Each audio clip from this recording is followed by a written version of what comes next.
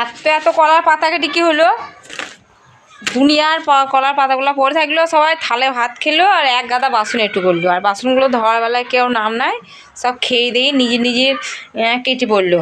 আর এবার ধোয়ার জন্য শুধু আমি একা মনে হয় পড়ে আছি। ছাই আর সার্পও মাখিয়ে রেখে দিয়েছে, আর কাঁচা থালাগুলোকে মাজতে পারছি না কিছু না।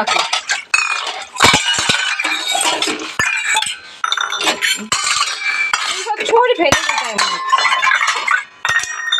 উঠে দেখছি এক গাদা পড়ে আছে এখনো মাছ দিয়ে সাজিয়ে আমার জন্য রেখে দিয়েছে, মানে আমার ঝি চাকর পেয়েছে।